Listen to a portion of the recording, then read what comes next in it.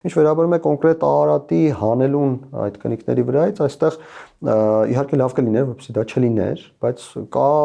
իրական քաղաքականության, խնդրում իրական Հայաստանի հետ չշփոթել, կա իրական քաղաքականության տրամաբանություն, եթե մենք ցանկանում ենք օրինակ բացել Հայաստան-Թուրքիա սահմանը եւ թուրք մարդիկ պետք է այդ սահմանով Հայաստան գան, ապա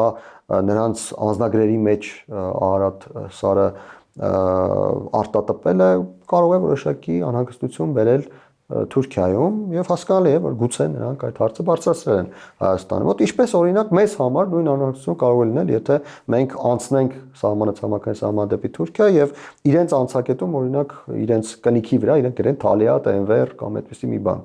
այսինքն սա փոխադարձ ինչ որ համաձայնություն է ես կարծում եմ որ թուրքերը պարտադիր կերպով, եթե Արարատ լեռը լիներ կնիքի վրա, պարտադիր կերպով ինչ-որ հակընդդեմ քայլ կանեին։ Նույն իմ նշած,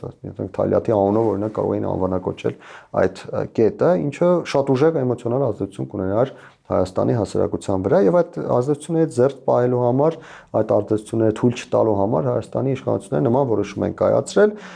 այսպես ասենք,